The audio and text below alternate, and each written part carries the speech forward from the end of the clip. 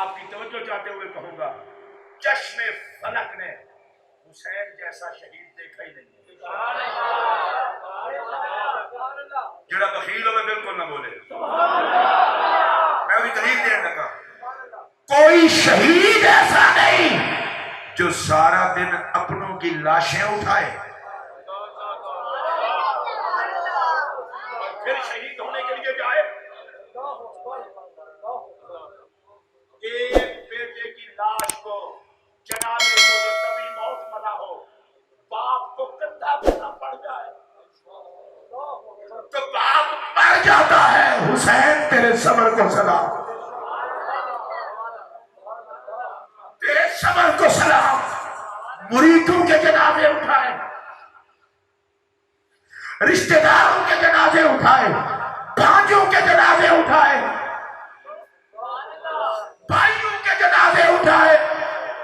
حسین تیرا ہی حوصلہ ہے۔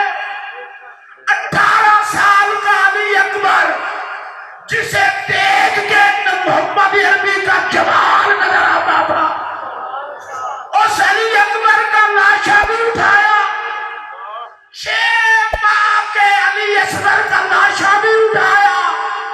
حسین تو کانپا نہیں، حسین تو ڈگمگایا نہیں، حسین تیرے قدم میں کب کبھی تاری نہیں ہوئی۔ فرمایا عقل کر، گود محمد سے تیاری کر کے آیا ہوں، کربلا میں کہہ رہا ہوں مولا تو لیتا جا میں دیتا جاؤں، لوگوں کو پتا چلے لینے والے کی بے نیازی بھی دیکھ لے، دینے والے کی نیاز مندی بھی دیکھ لے۔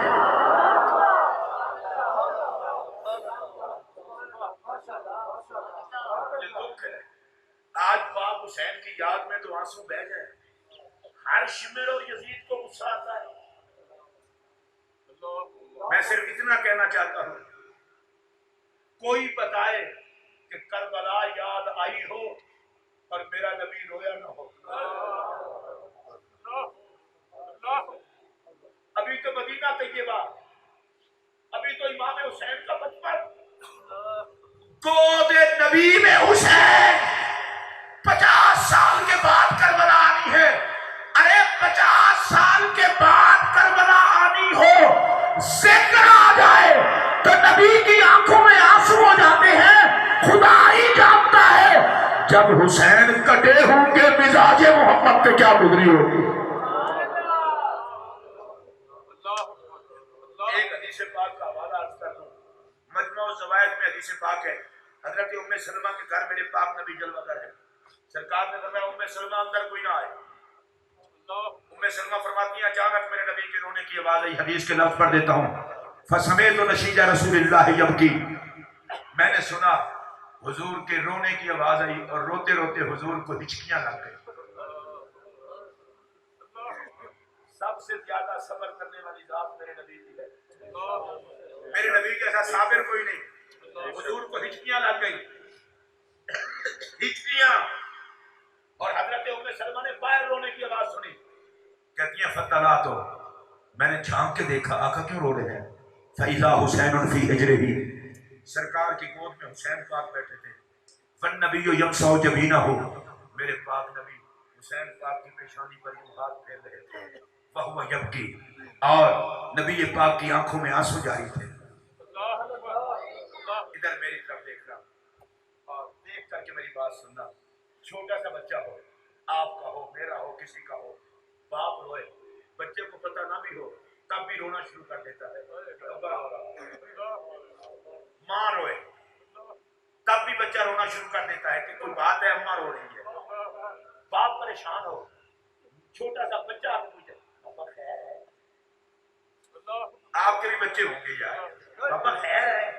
تیرے میرے بچے تو بے شعورے ہیں، حسین تو نام ہی شعور کا۔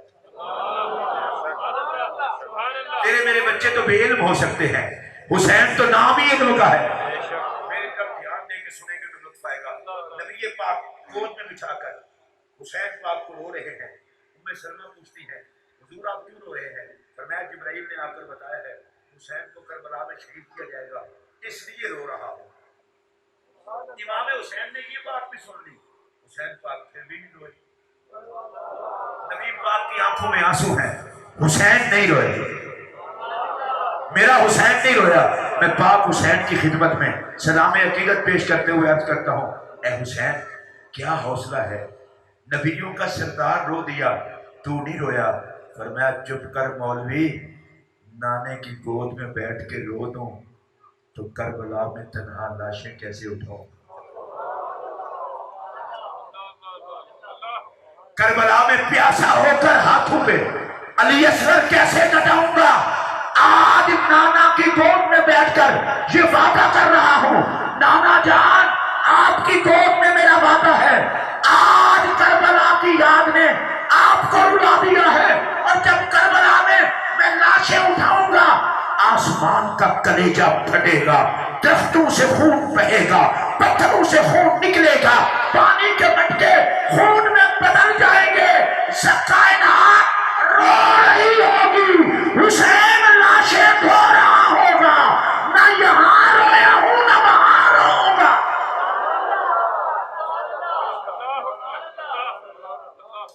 یہ ہے میرا باپ حسین، اور میں اب تقریر ختم کرنے کے قریب ہوں۔ ساری باتیں اپنی جگہ، ذرا دل پر ہاتھ رکھ کے مجھے بتاؤ، کنبا کٹا کے لاشیں خیمے میں لا کے میرے پاک حسین نے جب سر پر دستار مصطفیٰ والی سجائی ہوگی، جسم پر زرہ حضرت امیر حمزہ والی پہنی، ہاتھ میں تلوار مولا علی والی پکڑی، کیسے بیان کروں، کوئی تاجر تھوڑا ہی ہوں، پھر میرا حسین سیدہ زینب زہرا کے پاس گیا، کہا میری بہن زینب بھائی تجھے سلام کہنے آیا ہے۔ کچھ دیر کے بعد اس قافلے کی زینب بھی تو ہے، اس قافلے کا حسین بھی تو ہے۔ جس باپ کا میں بیٹا ہوں اسی باپ کی تو بیٹی ہے، جس ماں نے میں نے دودھ پیا ہے اسی ماں کا تو نے دودھ پیا ہے۔ اے زینب میرے میرے زین العابدین کا خیال رکھنا، بیمار بیٹا چھوڑ کے جا رہا ہوں، میری سکینہ امانت ہے۔ میں کبھی کبھی سوچتا ہوں کہ کربلا کی زمین کی بابا ہے، پہلے حسین کو سلام کروں یا سیدہ زینب کو سلام کروں؟ حسین بچوں گھر والوں اور جانے والوں کا قافلے کی قیادت کر کے آئے تھے، اور پاک بی بی کٹے ہوئے سروں کے قافلے کے ساتھ جا رہی تھی۔ حضرت سیدہ زینب زہرا سلام اللہ علیہا نے جو بات کی اس موقع پر، یہ وہی محسوس کر سکتا ہے جس کے اندر دل ہو۔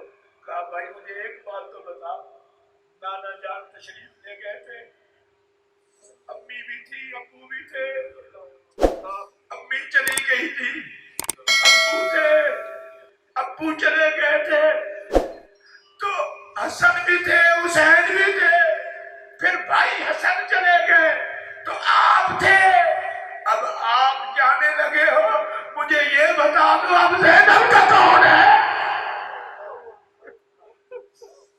جن کی بہنیں ہوں وہ بھائی اس درد کو محسوس کرے۔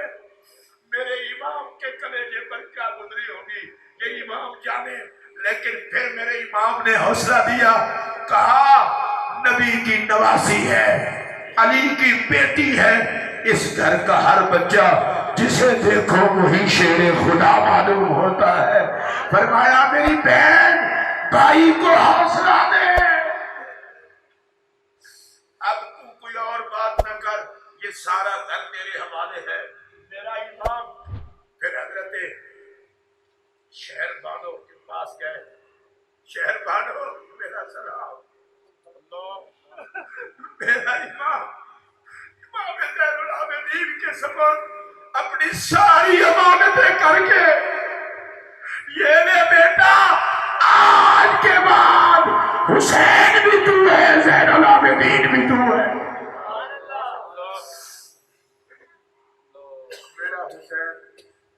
میدان کربلا میں گیا اور میرے حسین نے کہا پہچانو میں کون ہوں.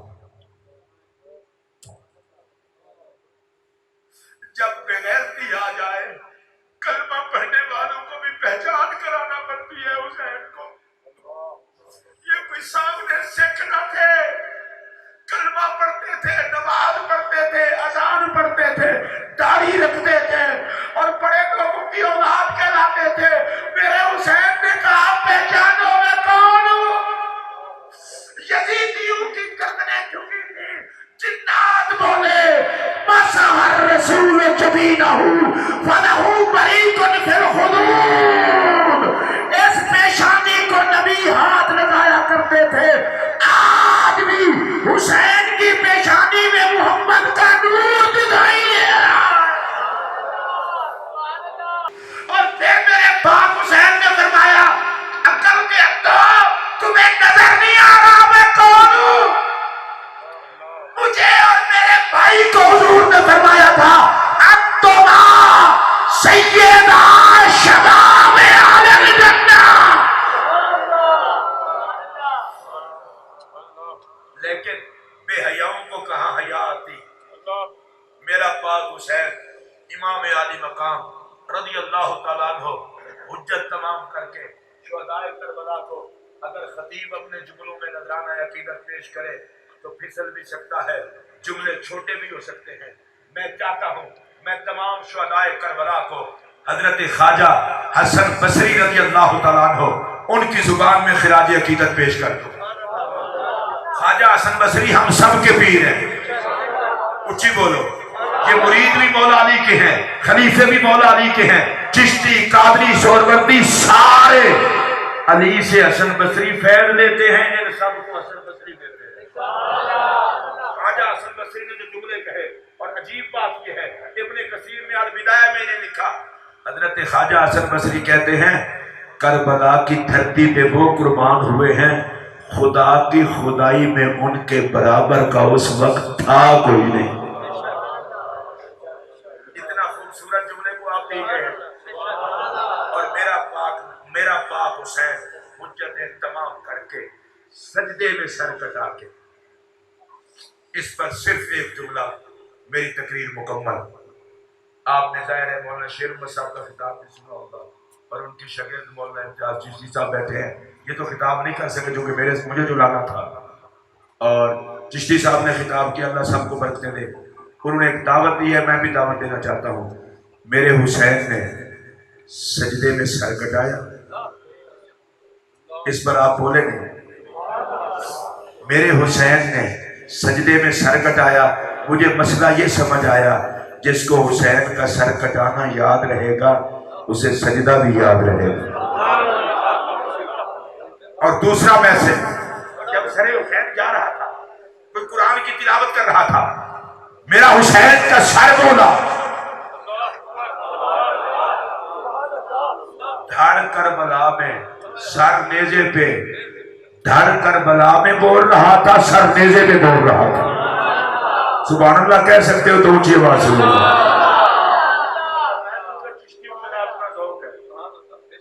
یہ نیزے پہ سر کیوں اٹھایا؟ کاٹ تو چکے تھے. مجھے لگتا یہ تھا کتو حسین کا سر ہے تم سے اونچا رہے. حسین سر کٹانے سے پہلے بھی اونچا تھا، سر کٹا کے بھی اونچا تھا. قرآن پہ حسین کا سر بولا. میں نے کہا پاک حسین آپ قرآن پہ بول پڑے. کہا یزیدیت کو پیغام دے رہا ہوں کمینو تم سر تن سے جدا کر سکتے ہو پر حسین سے قرآن جدا نہیں کر سکتے. آج شب عاشور میں وعدہ کرو اے حسین تیری محبت کی قسم نہ سجدہ چھوڑیں گے نہ قرآن کی تلاوت چھوڑیں گے. اگر یہ اونچی آواز سے بول لیتے تو کتنا اچھی بات ہوتی. اور اونچی آواز سے بولیں. آپ اس پیر کے مرید ہیں، ان کی زندگی کا کام ہی یہ ہے سجدہ، حدیث، کتاب، نبی کا عشق، محمد عربی کی محبت، آل بیت کا پیار. پیر سے وفا کا تقاضا یہ ہے کہ ایک ہاتھ میں محمد کی کتاب رہے، ایک ہاتھ میں نبی کی سنت رہے، اور دوسرے ہاتھ میں محمد کی اولاد کا دامن رہے۔ نہ کتاب بھلانی ہے، نہ نماز بھلانی ہے، نہ اہل بیت کا ادب بھلانا ہے، نہ محمد کا جشن بھلانا ہے۔ یہ مجھے صاحب نے بتایا، بازار نہیں ادھر ہونے دو تو صرف ایک جملہ سن لو۔ کل ایتھے بیٹھ کے تانوں کہندے سن اوتھے بیٹھ کے وہ آج بڑے خوش ہونے نے کس گل تے؟ انہاں آکھیا ہے میں پتراں تے بھی خوش ہاں تے مریداں تے بھی خوش ہاں، میں قبر وچ آ گیا پر انہاں میرا کام چھڈیا بھی نہیں بھلایا بھی نہیں۔ جڑے اس گل تے خوش ہو اونچی آواز میں حضرت صاحب کا شکر گزار ہوں جس محبت سے یہ مجھے دعوت دیتے ہیں، مجھے لازمی آنا پڑتا ہے۔ دن کا پروگرام تھا، میری گزارش پر رات کا رکھا۔ میں بھی بابا عجیب آدمی ہوں، بہت ساری ڈیٹیں میں ڈائریکٹ نظر نہیں پاتا، اور پھر موقع پہ یاد آتی ہیں، بھی وفائی میری عادت نہیں ہے۔ آپ یقین فرمائیں میں اب گھر جاؤں گا، کیا ٹائم ہو گیا؟ 1 بج گئے، اب میں گھر جاؤں گا، اللہ توفیق دے صبح کی نماز بھی پڑھوں گا، اور نماز کے بعد 5:45 بجے میں نے واشنگٹن میں امریکہ میں لائیو خطاب کرنا ہے۔ 6:30 تک وہاں 1 گھنٹہ خطاب کروں گا۔ 7 بجے سے لے کر 9 بجے تک میں نے 92 پر 2 گھنٹے میں بارگاہ حسین میں حاضری پیش کرنی ہے۔ وہاں سے فارغ ہوں گا، پھر میں جڑوالا جاؤں گا، زور سے پہلے وہاں سے ختم کر کے زہر کے بعد پھر میں امیر ملت پیر سید جماعت علی شاہ صاحب کے استانے پر علی پور شریف پہنچوں گا، وہاں سے حاضری دے کے پھر میں رات کے وقت کھاریاں جا کر سیدوں کے ڈیرے پر عظمت حسین کو سلام کروں گا۔ دل کا بھی مریض ہوں، بلڈ پریشر بھی ہے، شوگر بھی ہے۔ مجھے ایک بندے نے کہا اتنے بیماریاں ہیں اور پھر ذکر حسین کرتے ہو۔ میں صرف اس پر ایک ہی جملہ کہوں گا، اور وہ جملہ سن لیں، میرے دکھ بیمار کربلا سے زیادہ تو نہیں ہے۔